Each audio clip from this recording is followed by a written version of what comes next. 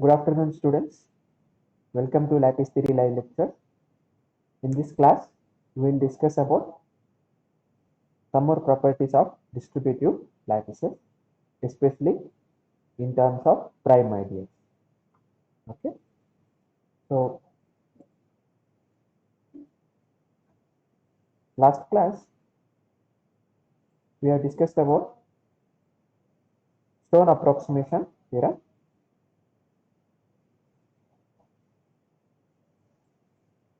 So you can see here. Yes. So what Stone approximation theorem says that if L is a distributive lattice, I is an ideal and D is a dual ideal of L such that they don't meet. That means I intersection D is empty. Then there exists a prime ideal P, okay, which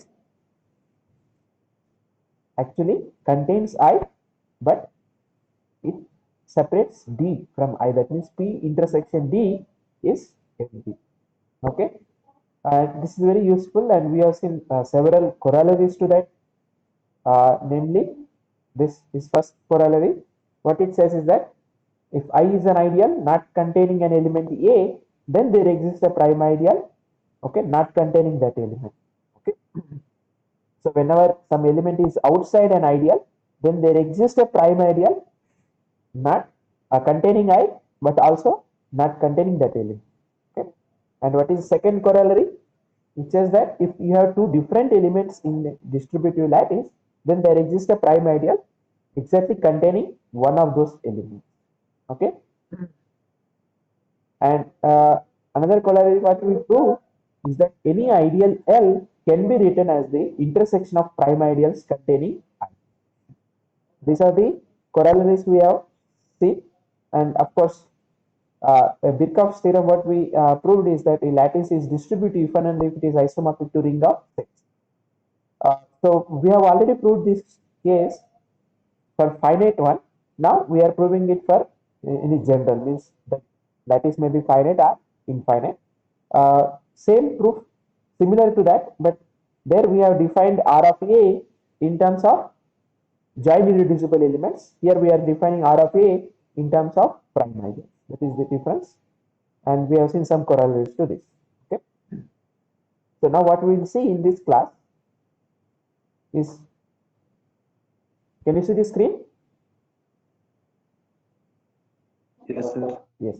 So there is something called Nash-Bill theorem. What it says is all. So take L is a lattice. L is any lattice. Then we denote this P of L as consider set of all prime ideals of L. Okay.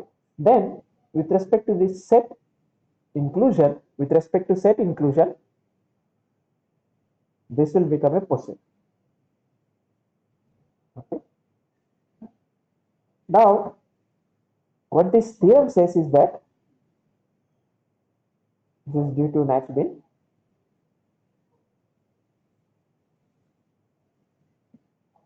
Is take let L be a bounded distributive lattice. So consider a bounded and distributive lattice. Then L is Boolean if and only L is Boolean if and only if this P of L is unorbed. If and only if this P of L is unordered. What is meant by unordered? If you take any two elements, they are not comparable. Okay, one is not contained in the other. See, this P of L is not power set of L. That you should remember. This P of L is set of all prime ideals of L.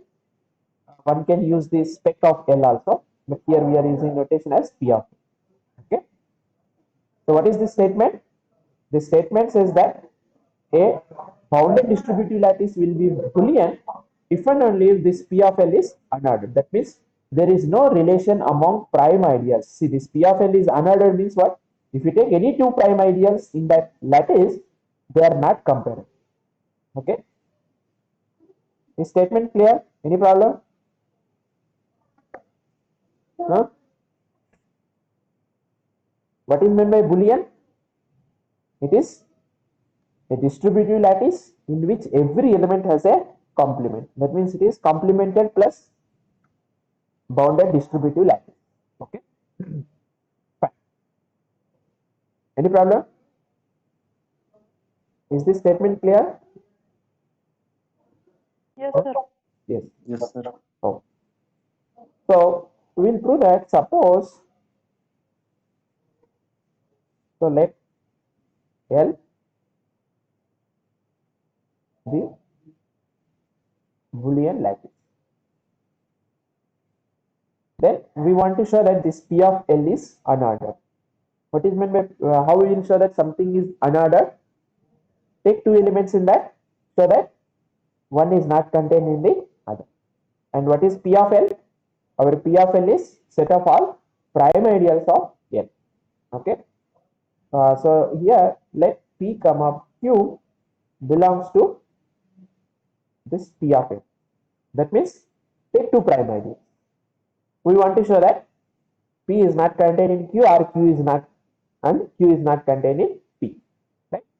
So we will prove by suppose contradiction. That means suppose P is contained in Q, strictly contained in Q. Okay. Then somewhere we should get a contradiction to this Boolean lattice so that this is not possible. Right? Now tell me what is meant by saying one is strictly contained in the other? When we say that something is strictly contained in the other, what is meaning of that? One element of Q which does not belong to P. Yes, very good. So there exists, you can call it A belongs to Q such that A is not in P. Is this clear? So there is an element in Q but not in P. Right? Okay.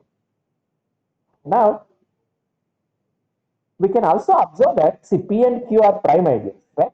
So their prime ideals means first of all they are proper ideals, and whenever meet of two elements is there, one of them should be there. Or if no two elements are not there, then meet is also not there.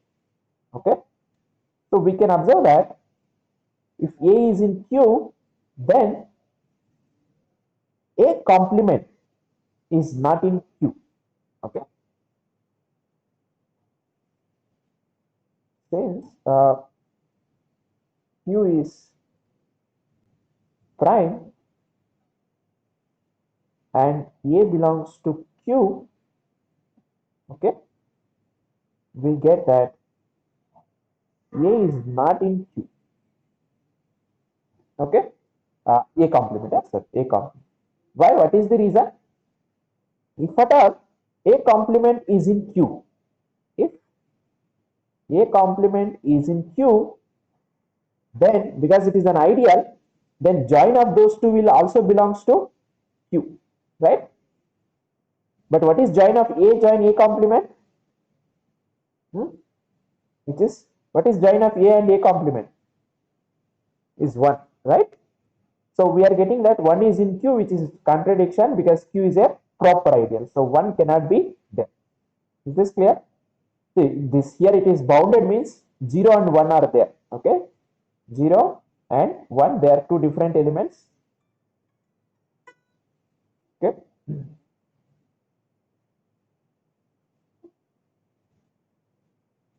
Fine. Therefore, A complement is not in Q. So can you see that A complement, if A complement is not in Q, obviously A complement is also not in P, right? This implies A complement is also not in P because P is already contained in Q. So if it is in P, obviously it should be in Q, which is not. Now, as P is prime, and what we have got so far is A is not in P, okay, and also A complement is not in P. So what we get? Can somebody tell? A meet A complement is also not in P, because if A is not there, B is not there, then their meet is also not there because it's a prime ideal. That shows that 0 is not in P, because A meet A complement is what? 0. Okay, which is a contradiction. Why this is a contradiction? Because P is a prime ideal, so obviously 0 will be there in that prime ideal, right? Is that clear? Any difficulty? Any difficulty? No, sir. So what we have got is that if P is contained in Q, we got that there is a contradiction. This implies P is not contained in Q. Right? Similarly, what you can prove? Similarly, Q is also not contained in P, right? That shows that this implies this P of L is unordered. Okay, so we have taken any two elements from P of L and we shown that they are not contained in the other. So therefore, it is that poset is unordered poset. Right? So this is not difficult. Now we will try to prove the converse. Right? So that means conversely, we'll take suppose this P of L, assume that is unordered, and then we want to show that our L is Boolean. It is already bounded and distributive, so it is enough to prove that what every element has a complement. That means, so our claim, we want to show that our L is Boolean. Okay, but it is same as proving that because our lattice is already bounded and distributive, it is same as proving that every element has a complement. Okay, so this is same as proving that L is complemented. That is same as saying that every element has complement. Okay, fine. We prove this by contradiction. So suppose there exists some A in the L, okay, which does not have complement. There exists A belongs to L, which has no complement. Then somewhere we should get a contradiction. Okay, fine. We should get contradiction to P of L is unordered. What is meant by saying P of L is unordered? If we take any two prime ideals, P and Q, they are not comparable. So we get some contradiction to this means what? Somehow we should get two prime ideals. One is contained in the other. That will be our contradiction. Is that clear? What we are going to prove? No? So our idea is get two prime ideals P contained in Q, something like this. Then we get a contradiction. So therefore, our supposition is wrong. Right? So how we proceed is using Stone approximation theorem at least two times. So what is Stone approximation theorem says? When you have a ideal and dual ideal not intersecting, there exists a prime ideal. Okay, fine. So how we do that? Take the set D as X such that A join X is 1. That means we are collecting all elements. We are just a second.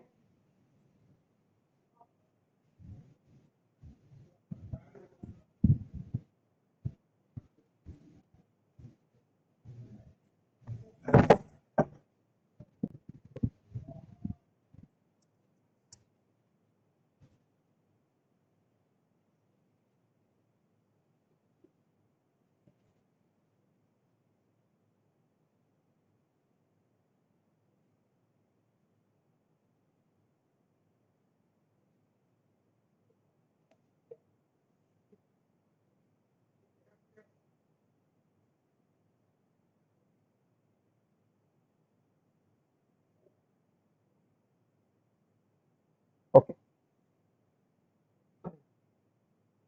So take this set, then we will show that this is a dual ideal. Okay. So what is this set? First of all, we are taking all elements. If we join with A, we should get the 1, right? So we will show that our claim is that this D is dual. Okay. What is meant by saying something is dual ideal? No? Can you recall what is meant by saying something is dual ideal? Any student? What is meant by saying something is a dual ideal? If X and Y are in D, then X, huh? What we want to show? X meet Y or X join Y? X meet Y should be in D, okay, right? And if X is in D and Y is bigger than or equal to X, then we want to show that Y is also in D. If we can prove this, then this will become dual ideal. Is that clear? Any problem? Yes or no? Hello? No, sir. Okay. So we'll show that if X and Y are in D, then their meet is also there, right? So first of all, you can observe that this D is non-empty. Why this D is non-empty? That means, can you give some element clearly? D is non-empty. What is the reason? What is an element which satisfies this condition? Obviously, one element you can give. What is that element? A join something. If you write here, you should get 1. What should be that X? Obvious X. These small things you should able to tell. Can you give one element? Huh? 1. Bigger. Very good. So 1 is there because A join 1 is 1. Right? So clearly this is non-empty. Okay. Now we will show that this is dual. So let X comma Y belongs to D. So that means what? A join X is 1. Also A join Y is 1. This implies A join X is 1 and A join Y is also 1. We want to show that X meet Y is in D. So find out the value of A join X meet Y, show that it is 1. Right? But how we can simplify this? By using distributive property, we can write this as A join X meet with A join Y, but this is same as 1. That shows that X meet Y is in D. Is this clear? It is very simple one. Any problem here? Now the second one, let X belongs to D and Y is greater than or equal to X. We want to show that Y is also in D. That means A join Y is equal to 1 we want to show, right? So because X belongs to D, so as X belongs to D, we have A join X is 1, right? Now somehow we want to show that A join Y is also 1. But X is bigger than or equal to Y. As X is bigger than or equal to Y, this implies A join X is also bigger than or equal to A join Y, right? Is this clear? Okay. But A join X is itself is 1 and we know everything is less than or equal to 1. That shows that A join Y is equal to 1 because 1 is the largest element, but you cannot have anything element bigger than that. Is this clear? So that shows that this implies Y is also in D, therefore D is dual. Okay. So now D is a dual ideal and we started with an element A. We can observe that A is not here. Why A is not here?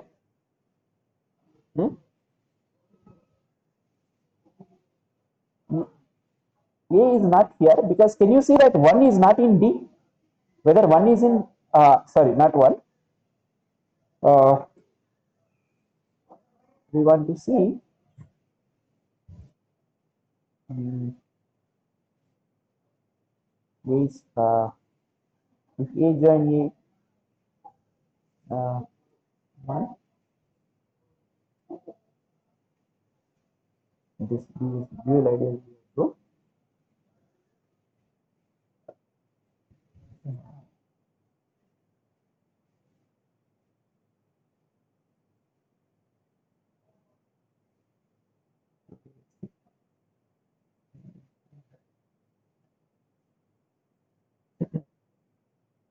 Our idea is now take D1 as this D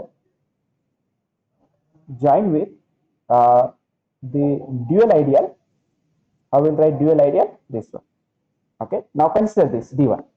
This is obviously a dual ideal because it is join of this dual ideals. Now here what we can observe is that this one, this is for dual ideal.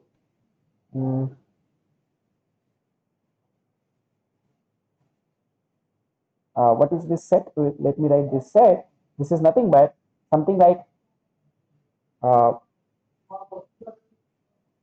it is of the form, because it is dual, so whatever you have here it is reverse. That means it is of the form some x meet A where x is in D, like this. Okay.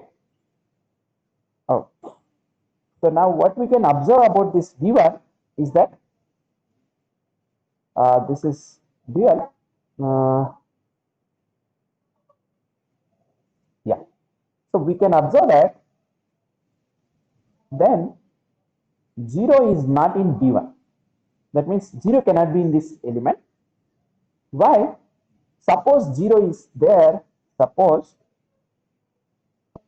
0 is in D1, this implies what we can observe here is that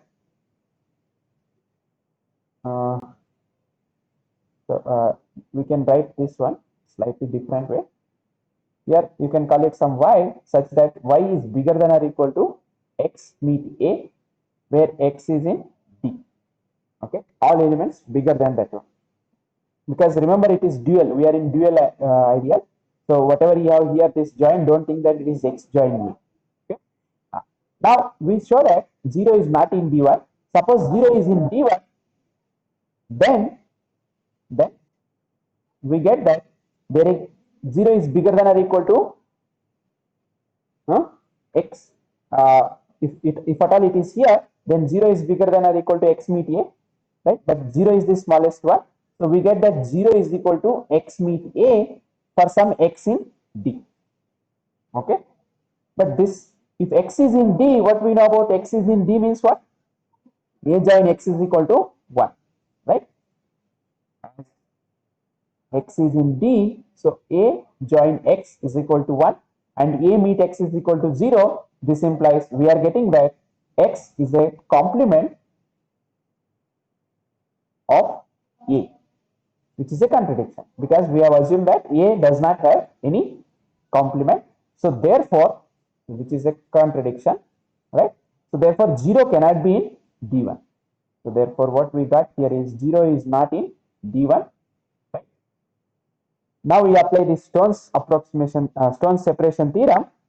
This implies because 0 is not in D1, you consider the, of course, only the ideal 0. Okay, this is an ideal and D1.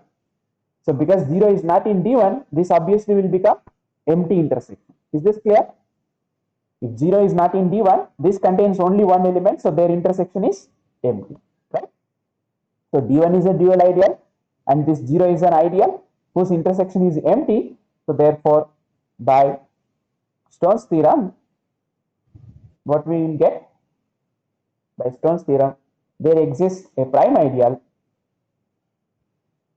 There exists a prime ideal P, okay, right, containing this one, containing this, okay, such that this P intersection D1 is empty. That means it doesn't meet D1. Is this clear? Any problem here? Huh? Any problem? By Stone's theorem, because this is an ideal I and this is the dual ideal, their intersection is empty. So therefore, there exists a prime ideal containing this I, which is 0 here, right? I'm sorry. Oh. Right? Fine. Now, we will try to get one more prime ideal, right? So how we will get one more prime ideal? Again, we create a situation and apply Stone's theorem, right?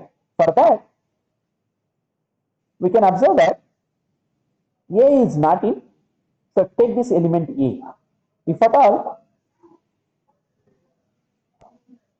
clearly A is in D, because D1 is D join A. So A is in D1. So therefore, A cannot be in P. So as A is in D1 and P intersection D1 is empty, we get that A is not in P. Okay. So A is not in P, this not in this prime ideal. Now consider call it some P1, P join this A, the ideal, okay, principal ideal, right? Now what we will observe here is just like whatever we are doing here. See, we started with some D, then we taken D1, we shown that D is dual ideal, then we have taken D1, D join the dual ideal A, and we shown that 0 is not in D1, right? Now what we are going to do here is for this, because this P is an ideal, right? And obviously this is an ideal, P join this one. So we will try to see that 1 is not here, okay, right? Then 1 is not in P1, okay. Again, we prove how we will prove this 1 is not in P1. Suppose 1 is in P1, then what we get? This implies there exists. You can use it some small element. We will suppose call it B. B belongs to P such that what is the relation? You can write this 1 as B join E. Okay.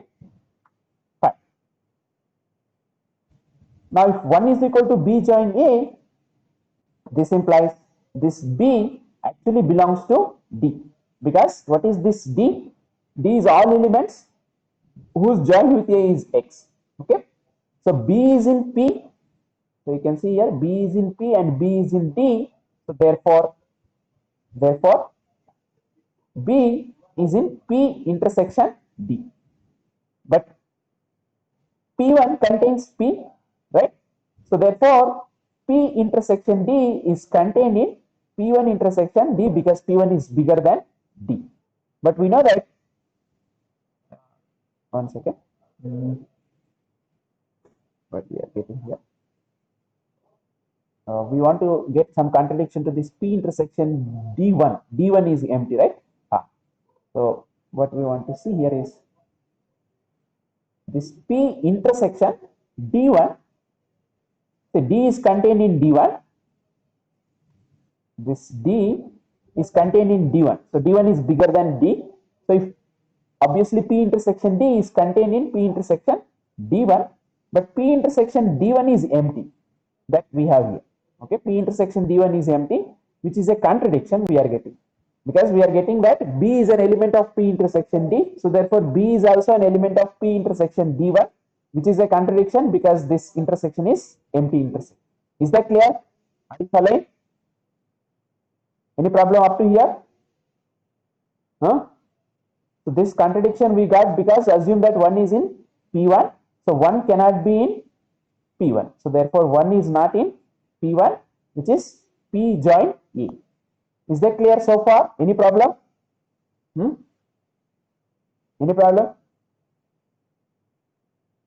So this is our ideal and 1 is not there. This implies what you can have it here is P1 then intersection with P1 is an ideal, so we require a dual ideal. So what we do here is this one. All ideals bigger than or equal to that, but that is obviously one only. This we are getting as empty. Right? So therefore, by once again Stone's theorem, we get a prime ideal. We get a prime ideal Q, okay, containing such that this Q contains P1 and obviously Q intersection this dual ideal is M. But that will give a contradiction because P1 contains P, P1 is bigger than this one, right? This implies as P is contained in P1, we get P is contained in Q, which is a contradiction,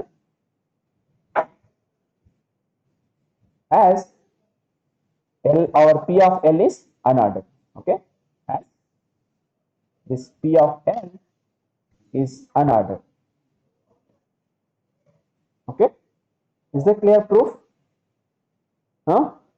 What we have started with, if you see here, suppose there exists an element A which has no complement, then we get a contradiction to P of L is unordered, right? That means we have produced two prime ideals P and Q such that P is contained in Q, which is a contradiction to P of L, because our given assumption is that P of L is unordered. Any problem up to here? Are you following? Yes or no? Huh? Yes, sir. So what we did here is how we have constructed this one. Huh? Our idea is to get two prime ideals P contained in Q. So we have applied 2 times this Stone approximation, Stone separation theorem. So we started a dual ideal D. Okay. Then we have taken from that D, we have taken D1, which is D join A, and we shown that 0 is not in D1, right? So therefore, this 0 intersection D1 will become empty. So D1 is a dual ideal and 0 is a ideal. Their intersection is empty. So there exists a prime ideal by Stone's theorem such that P intersection D1 is empty. Now how we get another prime ideal? For that, we have taken this ideal P join A and we claim that 1 is not in P1. If at all 1 is in P1, we get a contradiction to A is having complement. So therefore, we get this P1 intersection 1 is empty. So again, we can apply Stone's theorem. We get another prime ideal Q such that Q intersection that dual ideal is M. So finally, we get that P is contained in Q, which is a contradiction because our P of L is unordered. So it means given any two prime ideals, they are not comparable. That is, we know already by our assumption. So that means, therefore, there exists A belongs to L which has no complement is contradiction. That means every element has complement, right? That means our L is complemented lattice, and hence Boolean. Okay. So we proved that whenever P of L is unordered, then L has to be Boolean lattice, right? So this is one result which has connection with Boolean and P of L, which is set of prime ideals, right? Oh, so there is one more result which I will state it, and whoever interested, you can go through the proof, and someone can take it as a seminar. The next theorem, okay, which says that we have already proved in last class that in a distributive lattice, any ideal can be written as intersection of, I can show you that quickly. If we go here,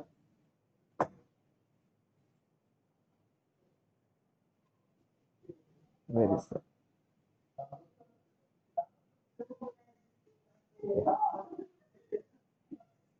Yes. here you can see that if L is distributive lattice, then any ideal L can be written as the intersection of all prime ideals containing I. Okay, so here there is not given about uniqueness something. So we can prove in this statement what we are going to show here is about uniqueness. That means we can say that you take L is a bounded distributive lattice, then every ideal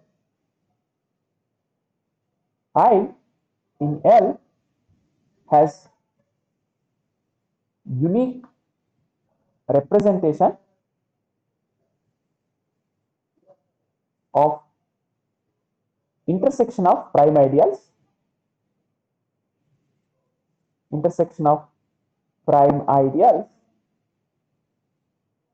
containing I, if and only if our L is finite Boolean lattice. Okay, so it should be finite and Boolean, then every ideal can have unique representation of intersection of prime ideals. So you can refer that book. Proof, I'll give it as exercise. Whoever interested, then they can take as seminar also once we finish the syllabus. Okay, clear? So in that book it is discussed. Whoever interested can go through the proof and you can see it.